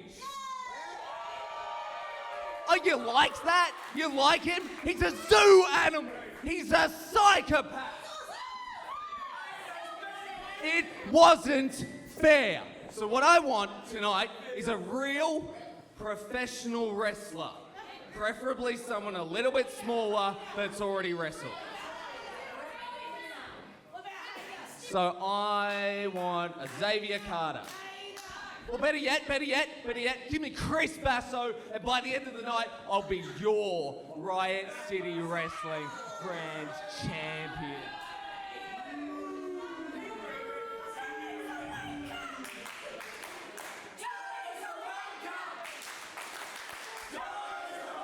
You know what? I don't have to deal with this. Riot City Wrestling, show me what you've got. Well, who's it going to be? Oh, well, okay. Not again. Not again. Surely not. You know, I know that Joe Master has said that he never does the same thing twice, but at this point I think he won't have a choice. Well, again, Aina the Strange answering the open challenge here of Joe Master, the podcaster.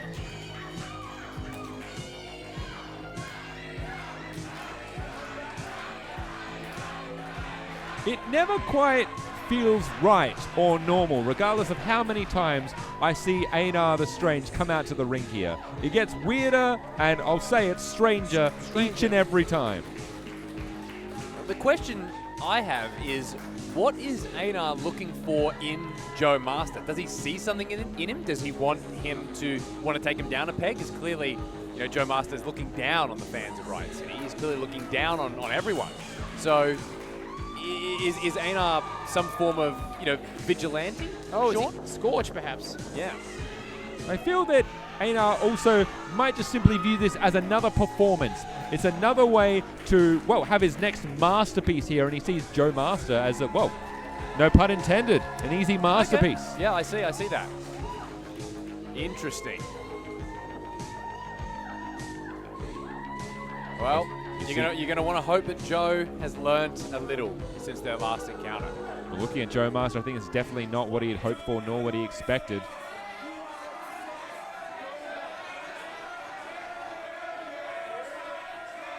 Joe came, knee pads ready, over the jeans. That's no easy feat in itself.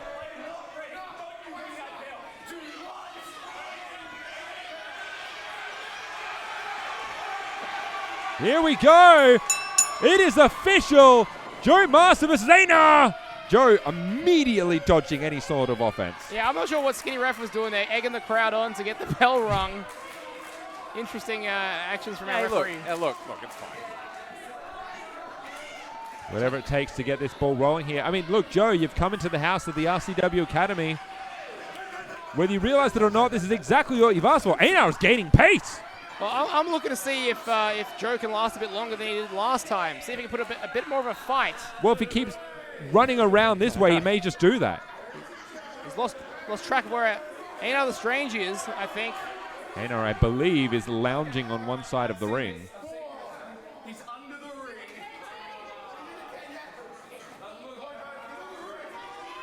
Not under that side. I was going to say, that is actually surprisingly good ring IQ from Joe Marz there. Guys. That would be the ring post, and that would be Einar the Strange. Oh, no! Well, at this point, Einar simply doesn't need to do anything. Trust nobody, not even yourself. Joe Master just head first into that turnbuckle post, and Einar looking for perhaps the easiest win of his career. So this may actually end up being shorter than their first encounter. Oh, no! Well! That's the encore. Oh, no. Right. Einar maybe playing with his food a little bit here. Exactly right. This is a performance. This is a dance. Oh, good. Case in point. And thus, the Cosmic Ballet continues. Is Joe out on his feet? Yeah, Joe's out on his feet. Whoa. Whoa. Whoa. Actually, surprisingly beautiful. Graceful for a guy that's borderline unconscious. Joe Master well bitten off more than he can chew here. You have to wonder, what will this next podcast be about at this point? Watch Einar, watch Einar. No! Hip attack at the corner. And so far, has Joe Master been able to hit any single offensive move in this match? On himself, yes. Yes, on himself, but that's about it. And Einar so confident he's going to the top rope this early on. Just taking his time with the man. Slowly, methodically, surely. Skinny ref! Oh! Bumped into the corner. Hey, that's some ring IQ there from Joe Master. Ooh! Some strikes. You don't have to be a wrestler, but you can know how to punch. I'm not sure how effective they're going to be, but at least we're seeing some sort of offense here mounted by Joe Master. Is he counting his own 10 punch?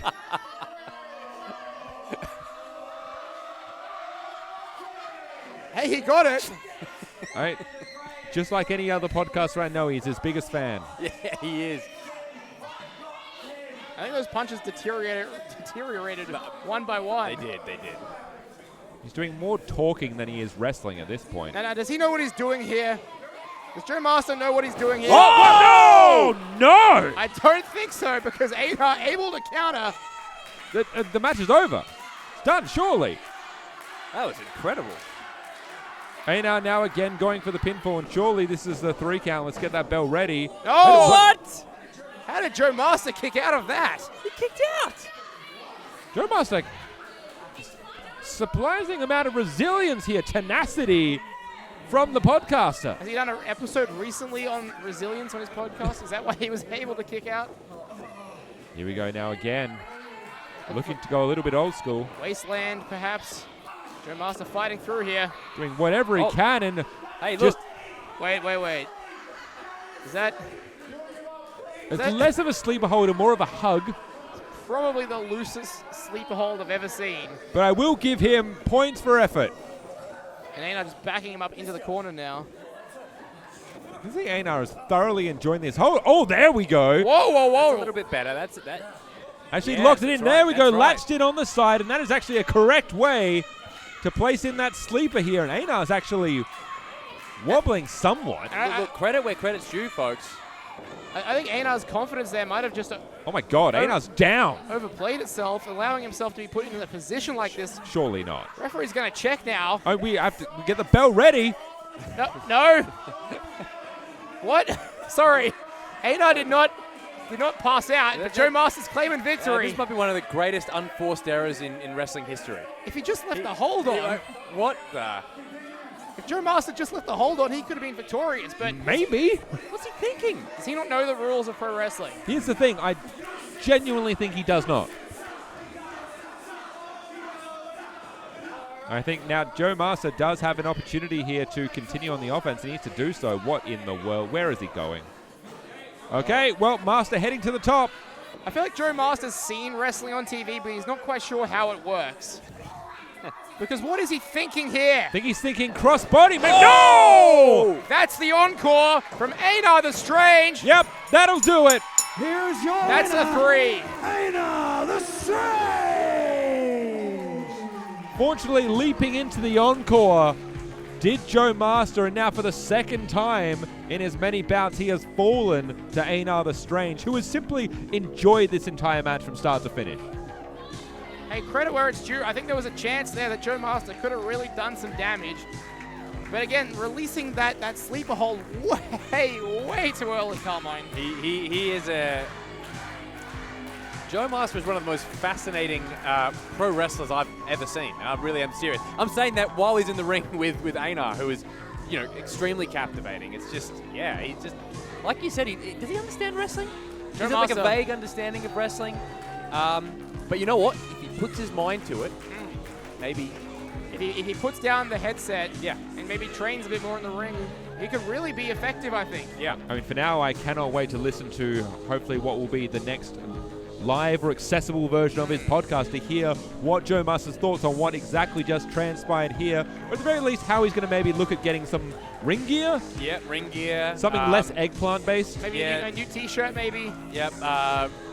Shoes, maybe having his knee pads not over his jeans. But for now, that is the performance once again from Einar the Strange that has come to its riveting conclusion. And we're about to head into our main event. We are going to see our key to the city holder, Dean Brady, in action for the first time since winning the key to the city back at our last event. But right now, we're going to go back to the ring, back to James Dalton and Layla Page.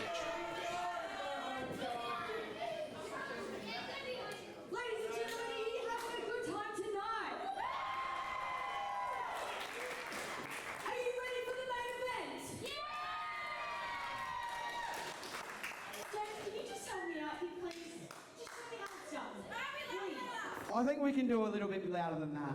Are we ready for the main event? The following contest is a tag team match scheduled for 1 fall. Introducing first.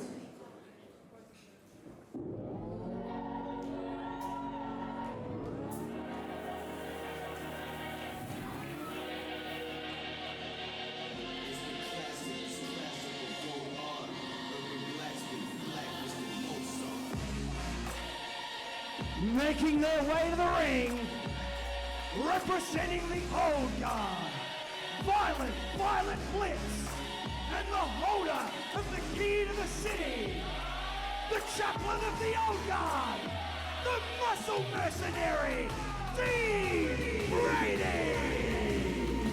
And for the second year in a row, the key to the city falls under the ownership of the old guard, and this time you can see it squarely within the grasp of Dean Brady as he's flanked by Violet Blitz, who's also coming to earn with a mean streak to really rival that of every other member of the old guard. They are as violent, as despicable, as formidable as they ever have been. Oh, I completely agree. But what does it mean for someone like Dean Brady to hold the key to the city and Chris Basso be the grand champion? Like, surely, what dynamics are at play there? Well, perhaps the old guard are looking to add more gold to their stable, to their faction. Yep. The key to the city can be used on the tag team championship. That's true. It could be used on the Emerald Crown. Yep. Or, quite simply, it could be an insurance policy for the Grand Championship to keep it within the grasps of the old guard. That's a very good point about the insurance policy. I would not be surprised if that were the case, but I don't know. Just there's questions. Essentially, you can look at Dean Brady and understand that he is now the gatekeeper of Riot City Wrestling. He is the one that ensures that title stays within the old guard. Yeah, true.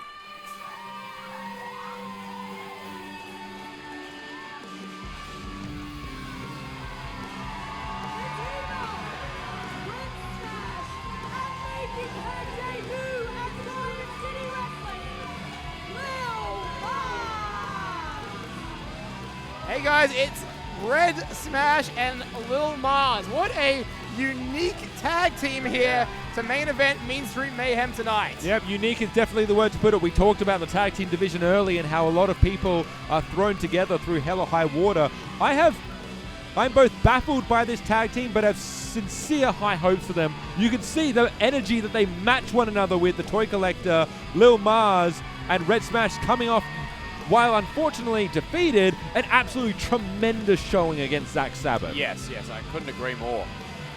I really hope the neck of Red Smash is okay after that hellacious burning hammer. One of the most brutal moves I've ever seen here in Riot City Wrestling. And Lil Marz, all the way from my home state of Queensland. We'll talk all about that as we get going here in this match. Lil Marz, one to keep your eye on if you're not already familiar with who she is in the Australian professional wrestling scene. This Lil Marz taking the journey here to Adelaide for the very first time. Now looking to show her stuff, and I believe we're going to be starting off with Violet Blitz and Lil Marz, and so we have Red Smash and the Key to the City holder on the outside. Start things off.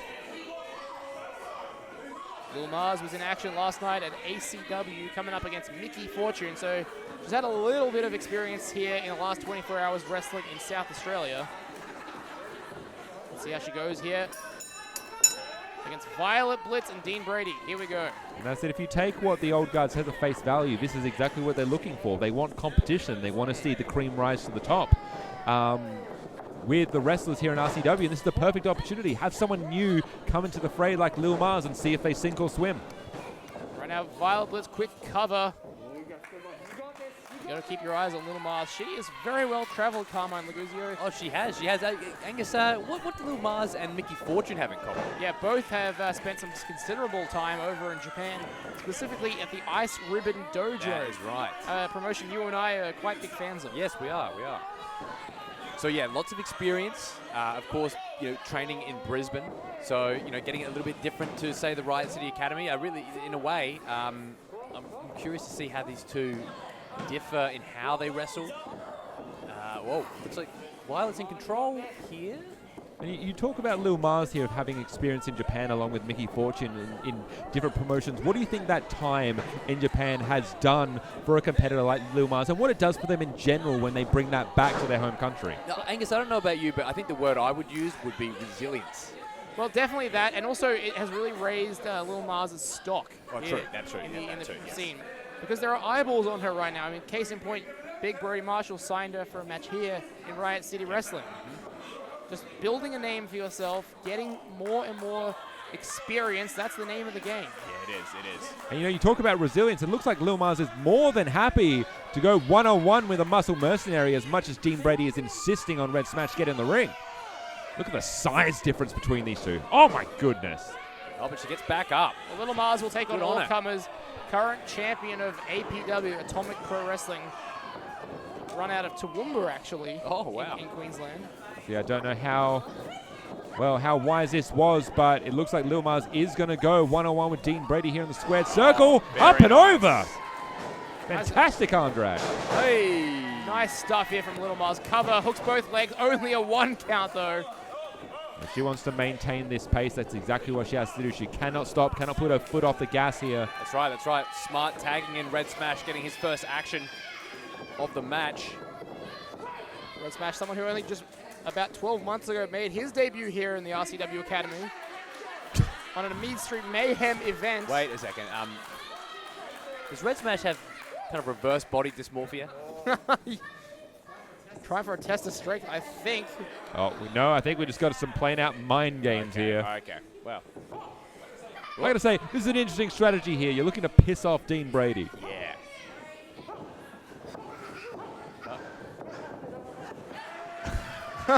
Transitioning into a bit of a dance here from Red Smash. Here we go. Watch Red Smash step up into that Inzaguri.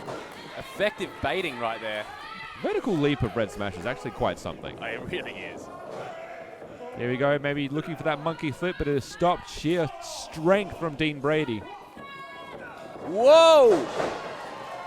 Going forward, impressive Hurricane Rana. Red Smash now looking to build upon the offense. Now looking for the monkey flip. Oh, nicely done. Red Smash, could this be enough? Cover. Is that a 1 count again? Yeah, Dean Brady. Dean Brady. What's it going to take to take this man down, really? Talk about RCW 300. Dean Brady was in the main event of RCW 200. That's how long he's been around for now. Wow, yeah.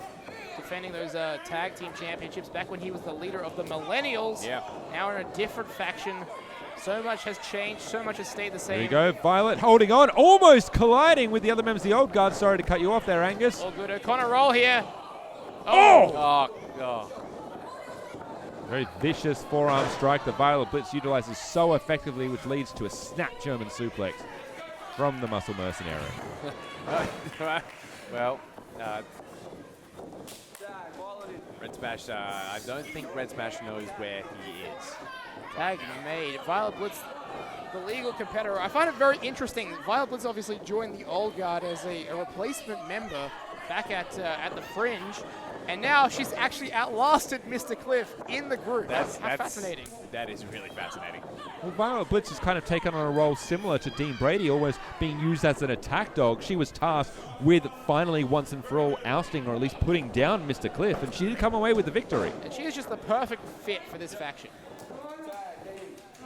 She is, but yet, you know, I kind of opine for the time that she was with Party Powers too. You know, that was a simpler time, wasn't it? It was a simpler time. A simpler time. So much less turmoil in the world back then. Yeah, that's true. Hold on, D. Brady. Look at the speed. Oh, steamrolling through Red Smash. Very interesting if you are Red Smash in this predicament here, where you've just come off a ton of momentum, where you built yourself up, you got the opportunity to vie for the Emerald Crown, coming up short, and now you have to build that momentum back up. Yeah, that's right. While this may be a tag match, every win counts, especially when it comes to, you know, when it's decided who the next challengers will be. Especially when it comes to RCW 300. Of course. Everyone wants to be on that show. I'm sure Big Brody Marshall's phone is blowing up right now. Yeah. Wrestlers old and new trying to get onto that card. You might have to throw out a new phone, who dis. Now Violet Blitz with some well-placed knees to the chest here. Controlling Red Smash, bringing him to the side of the ring there. Not a lot of wasted movement with Violet Blitz here. Everything is methodically done. Everything is well placed out. Yeah, she's learned under the tree of the bassos, so to speak. That's true, and you've got to, you know, this is where having this ring experience against other men and people that are bigger than her really starts to, you know, really pay dividends for her. Oh, absolutely, and Violet Blitz just stringing together so much offense just there allows Dean Brady to come in and look at Red Smash. He is nowhere near ready to make a tag to Little Marz, which he desperately needs. That's exactly the point. You can see as Dean Brady puts himself firmly between Lil Marz and Red Smash, and that's been the tale for the last 5 minutes or so, is how to isolate Smash. Early. Landed it. Went for that F5. Oi! Wow! The Pele kick? That was the Pele kick there from Red Smash. Here we go. Extra height on it. Now he can make the tag. Lil Marz is looking to get the tag there. Red Smash almost over. Here we go. Oh, what happened there? That was Violet. That's Violet. She scurries back to her side of the ring there. What a weasel. No one there to make the tag. Dean Brady. Oh, no. Jesus. Here you go. That throwing body slam. No! Hey. Launch pack. All the way across the ring with force. And that's damaging. That is real damaging. No shot of Lil Marz getting in the ring. The old guard now, both in the ring. Was that spine buster? Violet Blitz with a fantastic spine buster. I don't think I've ever seen Wait that a second. out of her. Hey! Suplexing Dean Brady, using her own partner as a weapon. This could be it. Cover now. Kick out again at 2. And the ego boost if Violet Blitz was able to put down Red Smash would just be... You wouldn't want to be around her for a while. We wouldn't hear the end of it. No, you would not. Of course, earlier on, we saw both the engineer Chris Basso and Grim, all members of the old guard, are showing up here tonight, really making their presence felt. And really, the old guard is looming over all the proceedings of RCW 300. It really is, and it would be remiss if I didn't mention, just, you know, watching it as a fan, just this treatment of Mr. Cliff is just vile. It is. It makes you uncomfortable, doesn't it? Yeah, it is. It is really, you know, I watch these two in the ring here, and, you know, I just think that, you know, you're involved with such a... It's just, yeah, it's not very pleasant. My best wishes, go out to Mr. Cliff. Well, that'll be a blockbuster match, Mr. Cliff versus Grim. I know Grim made light of the idea that he would have to face Mr. Cliff, but at me as a pro wrestling fan, I just am desperate to see Mr. Cliff get his first ever victory. Oh, look, Grim's going into this, the old guard are going into this thinking it's going to take 5 seconds, but, Mr. Cliff is going to put his best foot forward, I'm sure. Hold on, guys. I think we have some nefarious intentions here. Oh, yeah. From the chaplain of the old guard, up and over. Oh, Dean Brady's favorite move ever, the powerbomb, not to be right now. Red Smash taking the time, crossbody. Tried and true and captured. Excellent crossbody, buys some time. Little Marz back up on the apron. Could this be a window for Red Smash to make the tag? Lil Marz absolutely needs to get in there. Red Smash needs to tag desperately. I think after that flurry of offense, Dean Brady needs to do the same.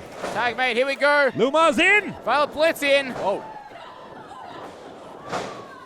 Beautiful back elbows here from Little Marz. Now to Dean Brady, sends him to the outside. So using his own momentum against him, and now it's just Violet Blitz and Lil Marz in the ring. Center. Hold on, guys! Whoa! Tope Suicida right to Dean Brady. Beautiful work here by Little Marz. Loving what I'm seeing. One of the standouts of the 3-Count Academy in Brisbane, Little Marz. I think Red Smash directing traffic. No, saying that both of them are going to go on the attack here. Wait a minute! Oh! Tope caught Hilo. Area code shot. Simultaneously cover. Little Marz, no. Going to take a little bit more than that to put down Blitz here. Violet Blitz resilient, as you mentioned earlier. Carmine Laguzio. We're seeing a lot of fight out of her. Yeah, we absolutely are. Look, ducks the line. Been very impressed with Little Marz as well. Hold on. Oh! Sort of a Blue Thunder Bomb there. Yeah, her version of a Blue Thunder Bomb. 2-count again. A little thunder bomb. I like little thunder bomb. It really was. Now calling for it, heading to the top rope. Lil Marz has her opponent scouted. Both men on the outside of the ring. Look, this is a great comeback from the team. That's it, what it means to get a win over the old guard at this point of the year. Yeah, you're right. It would be monstrous for them. Especially when the old guard is in such a commanding position here in Riot dominant. City Wrestling. Exactly right. Lil Marz comes through, rolls over. Violet Blitz had it scouted but coming under. Wait a minute. Oh! Code breaker from Violet. Oh my God! Oh! Spear out of nowhere from Dean Brady. Lil Marz is cut in half.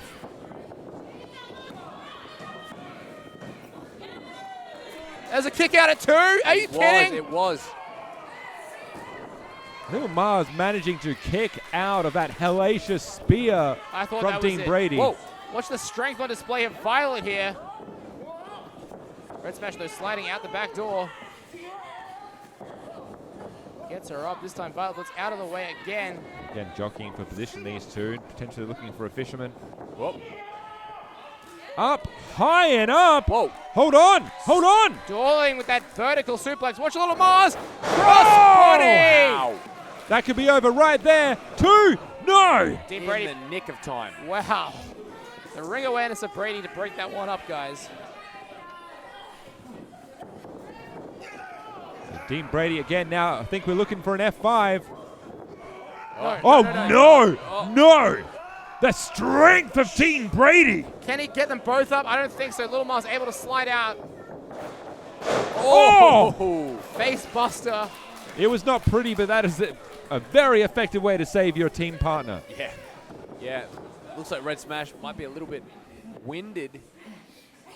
He dropped down hard, but nowhere near as hard as the F5 from Dean Brady. That is match ending. Yeah, you're right. Whoa. Little Marz able to turn out of that one. See it, Blitz looking to finish things off. Hold on here, rolling through. 2 count. Lil Marz going back up and again. Both women. I don't know. Watch Violet now. Maybe thinking F5 of her own. No. Fireman's carry slam. Wait a minute. Smash coming through. No. Oh! Oh! Beautiful styles clash.